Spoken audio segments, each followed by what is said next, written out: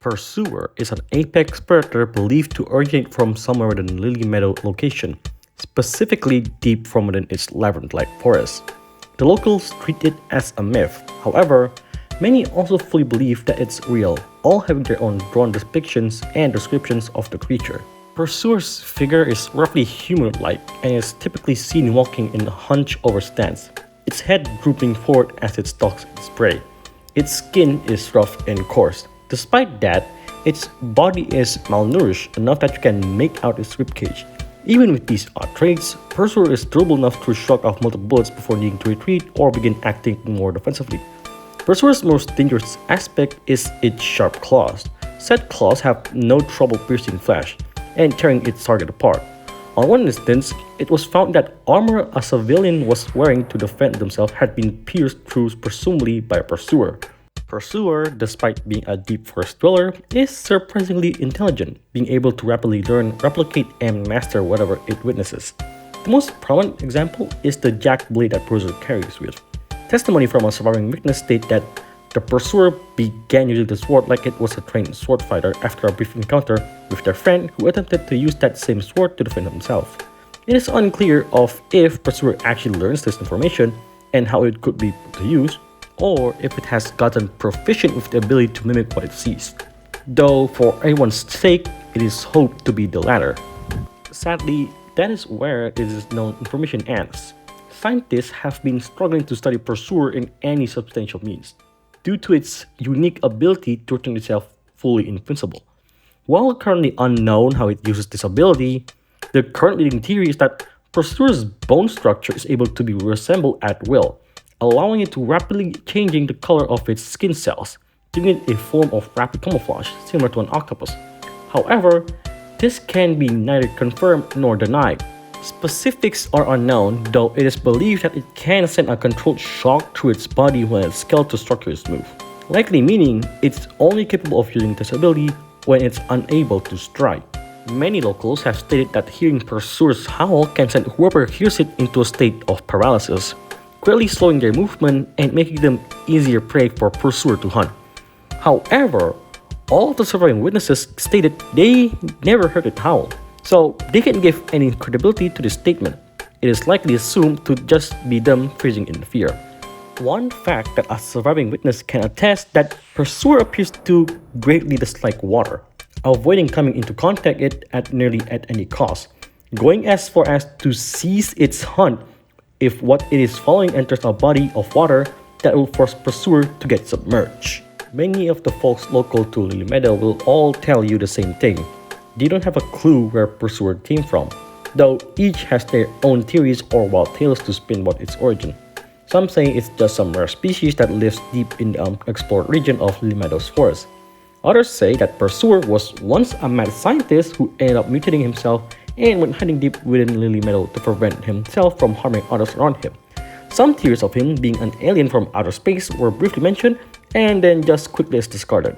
The fact is that it exists and its bizarre hunting pattern is unknown. It has been frequently been noted that on occasion, Pursuer will invade the local town of Lily Meadow and scavenge around, easily to tell where it had been from odd claw marks, things being knocked over, and especially near the local farm location, as there would frequently be livestock missing or lying partially eaten. Even less frequently, it's seen that houses would be broken into by Pursuer, and families will either wind up injured or missing. Many in the area have turned into investing in a secure bunker that they can spend their nights with a calm mind. Little by little, Lily Meadow has been forced to adapt to the apex predator more defensively.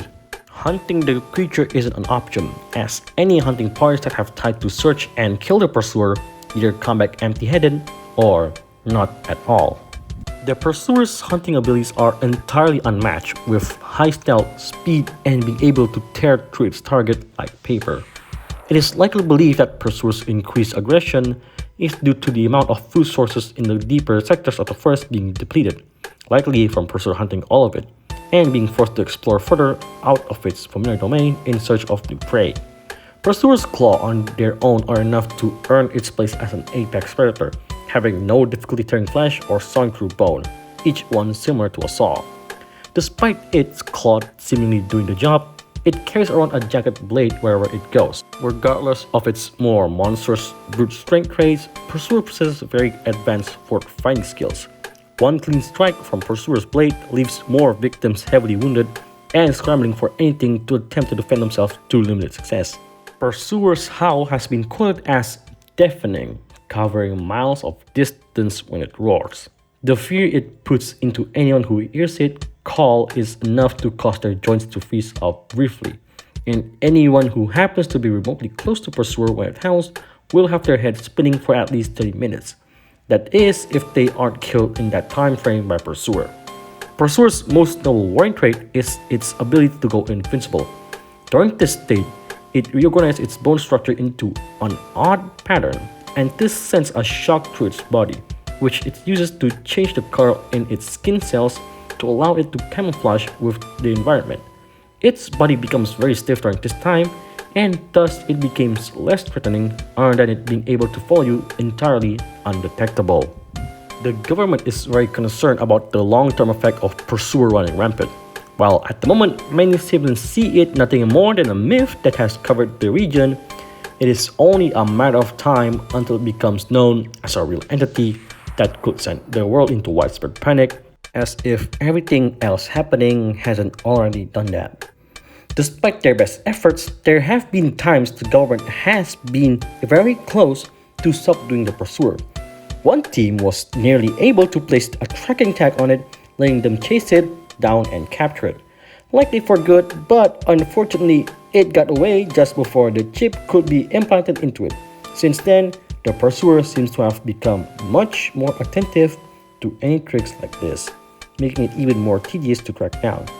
The government doesn't wish to kill this creature as it is a marvel of a science.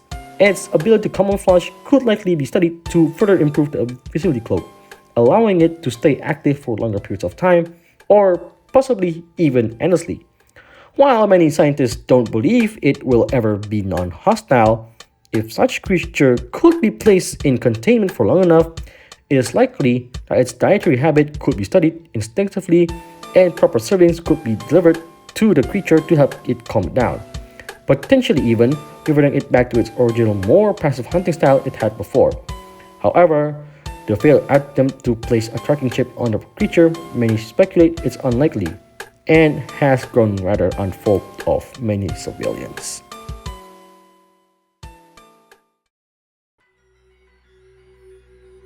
Badware is a large mech piloted by seemingly sentient virus. Its personality is rather smug and in your face, as it enjoys taunting and mocking its victim whenever it gets a chance. Its body is a stolen amalgamation of government tech, from which it's hijacked from the Toolbox Anomaly Storage Facility, combining multiple elements from computers to engines and even some loose pipes around the facility, giving it a very unnatural appearance that stands out tremendously. Despite its large bulky nature, it is also deceptively fast, being able to outrun your average civilian, and despite being armed with all kinds of guns, rockets, tanks, etc., it never seemed like it was good enough to stop its approach, as before they could be used against Badware, they seemed to start fighting for Badware. Fighting Badware head-on is a terrible idea, but unfortunately, one too many are forced to attempt, as allowing Badware simply go uncontested allows it to more rapidly expand its influence and fully control more ground. As noted, prior Badware isn't the machine itself, but rather the virus piling it, and as all viruses tend to, it spreads. Badware appears to have a range around it where it can passively upload itself into any technology that is around it. It can only take control of these objects if it is able to crack its firewall. But Badware is no stranger to brute forcing a method to hack into tech. It has been noted that Badware has the ability to hack into things such as cars, tanks, helicopters, planes, general machinery, computers, phones, and cybernetic enhancements. Once Badware takes control of something, it is seemingly impossible to get it back, as Badware is miraculously able to endure a hard reset on any technology, rendering it unsalvageable. Badware originated from the Toolbox, one of the many colossal wonders of the world, and with an entirely different body. This body, titanic in size, was barely even able to crawl its way out of the toolbox. Officers on standby were able to make quick work of this form by blasting it and destroying it with any and all ammunition they had on standby, its body collapsing and falling back into the toolbox, though its damage had already been done, as Badware had managed to bypass the firewall of the facility's security measures and cause a mass breakout, freeing each and every free model kept in containment. While many free models simply took the time to escape, a few of them stuck around to join in with the chaos. This catastrophe, as the TASF has done irreversible damage to the world, sending most technological advancement that hasn't been kept under a very secure matrix back by a quite long way, as Badware now has full control over their systems, locking everybody else out. Since Badware's release into the world, the government has severely updated all security measures on all technology, as by request from the newest president, which is going to be President Cobalt. While still not perfect, it has drastically slowed the development of Badware's influence and allows government officials to continue long-distance communications. Though for many common civilians, they were forced to give up their technology and return to old outdated methods of communication, such as letters, as it was deemed too dangerous to allow any technology to go unmonitored, potentially allowing Badware to seep through and cracks and cause mass destructions. So basically, Badware sent everyone back to the Stone Age. Badware, as it smacks, is likely the least threatening part about Badware, as the virus it houses is much more threatening, hacking its way into any form of technology and using it for its own personal gain. Badware wouldn't spread that fast if it was just one entity, as if its links would eventually reach a point they couldn't spread any further. However, Badware, similar to most viruses, has nasty habit of evolving over time. In the case of Badware, it evolves by creating more clones of itself from its adventures of hacking into computers. Badware has inevitably stumbled into their own viruses and evolved them using parts of its own code, making them similarly artificial, amalgamated bodies to continue spreading its influence however oddly. Unlike Badware itself, each peon seems to have their own personality and methods to infect other devices, with some being more passive and tricking civilians with false kindness, while others are hyper-aggressive and take over machines by any means necessary, in some cases leading them to outright destroying them if it can't grab them any other way. Badware is rather careless with its own body, knowing it can simply make a new one, or repair its current if need be. Because of this, it tends to use the full extent of its body when attacking, typically slamming into its target full force in an attempt to subdue them quickly, and if that fails, it has no problem playing the long game with its immense bulk. However, Badware is always near other technologies. Badware seemingly works off of nearby technology to empower itself, using its multiple machines to increase how efficiently its body can perform actions. It is imperative to attempt to limit and stop the usage of nearby machines as much as possible. In unconfrontation with Badware, though ultimately any conflict will always result in lost resources from the contender and almost nothing from Badware. Due to the destructive nature of Badware, a lot of important information saved digitally has been lost, including a lot of scientific breakthroughs. Such damages will take many years to recover. The government has made strong effort to eliminate as much technology in any area as possible and is working with engineers to create more safe machinery that Badware can infect, allowing them to continue functioning as normal. As stated earlier, this also has led to the government substantially upgrading their own firewalls, giving the government alone access to cell phones and other tech to make communications easier. A lot of our technology has progressed quite a lot. Many civilians obviously were against such heavy limitations, especially those with loved ones a long ways away. But as times have progressed, they have grown accustomed to it. Some have even smuggled items like their phone or computer to continue using it as normal, running the risk to be confronted with Badware or one of its peons at the moment's notice. The government is well aware that at this moment in time, fully stopping Badware is impossible. As long as a fragment of its code is out there, there is no possible way of stopping it. The only option is to fully destroy every last machine there is and start over from scratch. But that frankly just isn't possible. Despite this, the government is still tinkering with the virus in a very limited doses and attempting to find a way to remove it or at least efficiently fry it off of a computer. It's a very uphill battle, but some engineers believe that there's a way to defeat badware in its own game.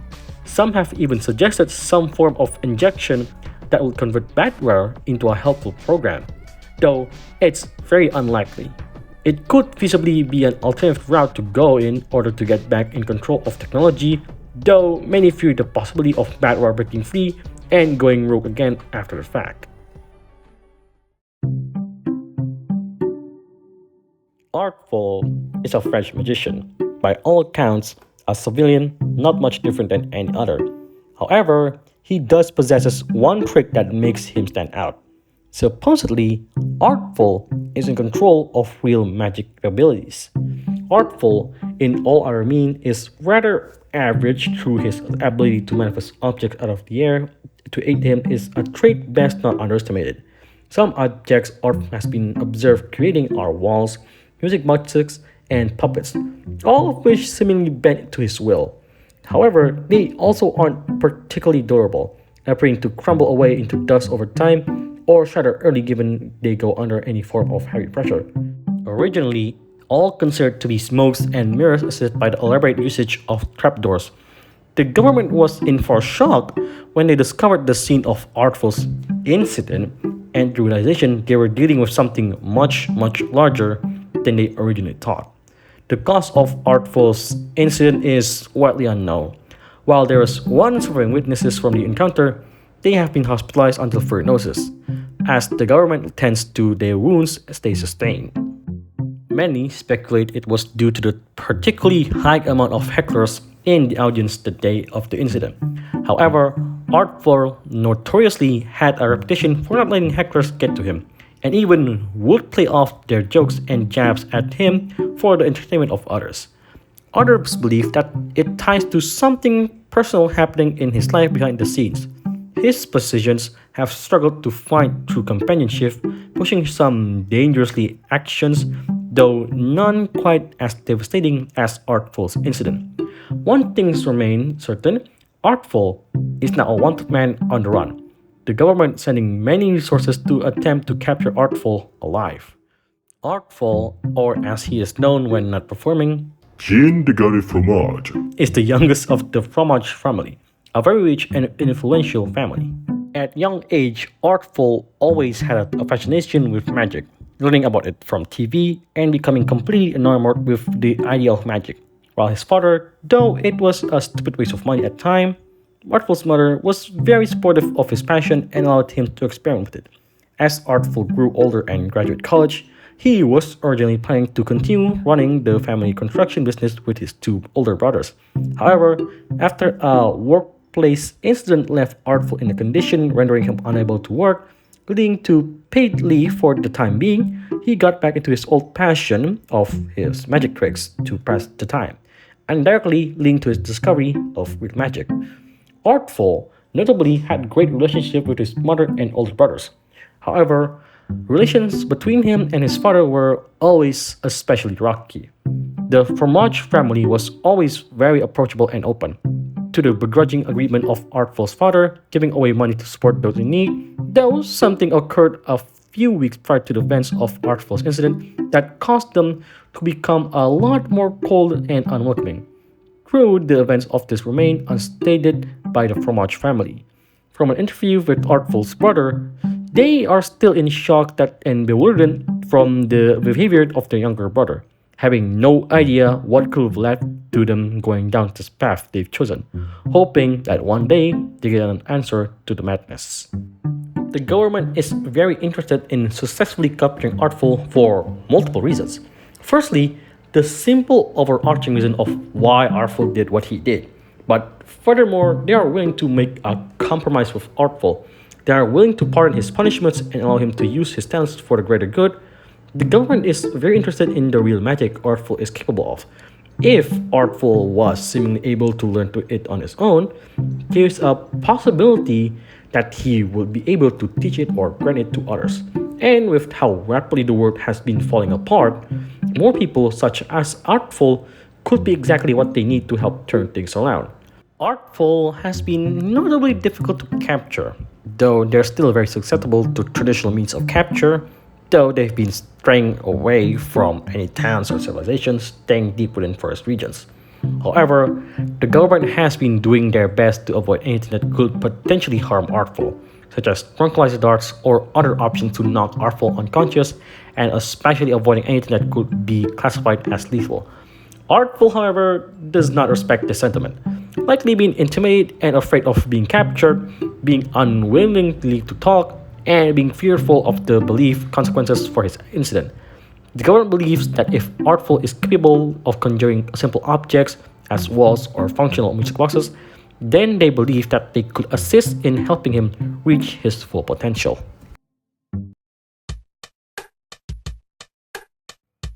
Harken is a construct from another dimension with a body comprised of only natural resources, being held together by a magical energy not native to the current universe. In Harken's dimension, noise is a danger to anyone, the smallest of sounds being enough to alert a stronger being to your presence, leading to a swift death. Over generations, Harken was built to adapt to this harsh reality with very sensitive ears, allowing it to pick up the smallest frequency from miles away. While Harken is considered one of the most fragile and weak constructs from her native dimension, in our dimension, she is by far one of the most dangerous and unusual threats to ever be discovered. Harken's innate physical accomplishments easily place her in the top percentage of all threats the government is attempting to deal with. From her first sighting, seemingly effortlessly slaughtering trained guards and scientists shortly after passing through the portal that connected our and her dimension. Harken's strength allows them to effortlessly bash through steel walls and outrun any civilian on foot. On top of this, they seem to have a heightened sense of adrenaline with their heads splitting apart into multiple fragments. Yet, their agility and strength only seem to become heightened during this state. In confrontations with Harken, it is imperative that you do everything in your power to stay quiet and evacuate the area as fast as possible.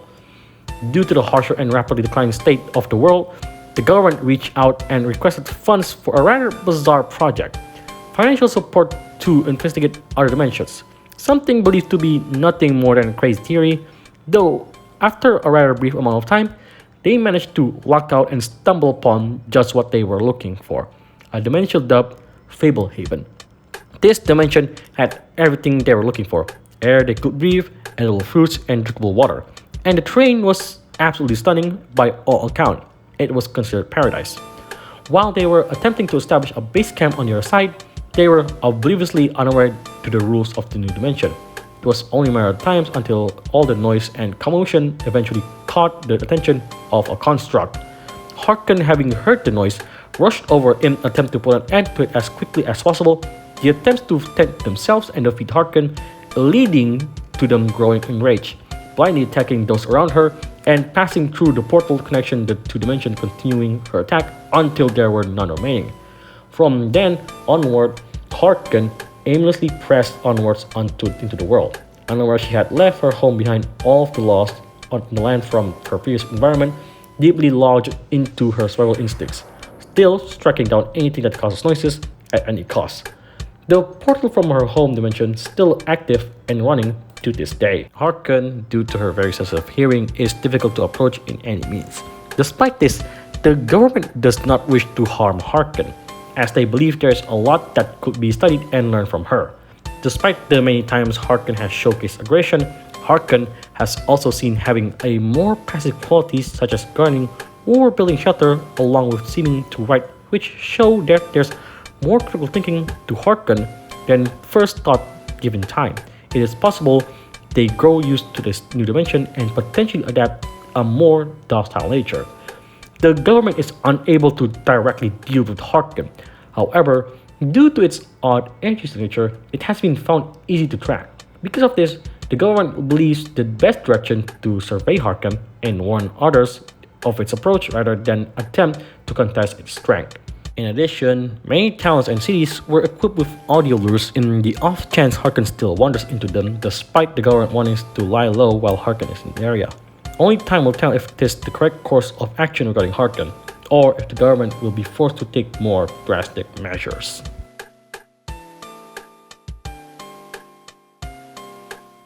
Kildroid is a mechanical bodyguard created by the government as a response to the rapidly growing number of dangerous entities roaming the world. Designed to be an armored guardian that stays by its registered partner's side to ensure their safety at all times. Kildroid's heavily defensive body is armed with layered reinforced metal, a solar-powered regenerative battery for a clean, eco-friendly, self-sufficient model, dual rocket launchers for guarding its registered partners, and a jetpack to assist in getting Kildroid and its partner out of potential danger. Kildroid, in case of absolute dire need, was also programmed with a distress call that is directly connected to a government weapon silo, allowing Kildroid to call in backup drones which act as mines in order to support Kildroid on its designed purpose of defense. Kildroid was originally planned to be produced in mass and assigned to many civilians around the world. However, during the prototype testing, something within their system went haywire and Kildroid went rogue, outright ignoring all safety measures to shut down its system and putting its registered partner in risk of peril. Keeping Kildroid contained at the scene where it went rogue was nearly impossible. Without a second thought, it blasted a hole into the roof and escaped out into the world, where it now wanders aimlessly destroying anyone or anything it sights.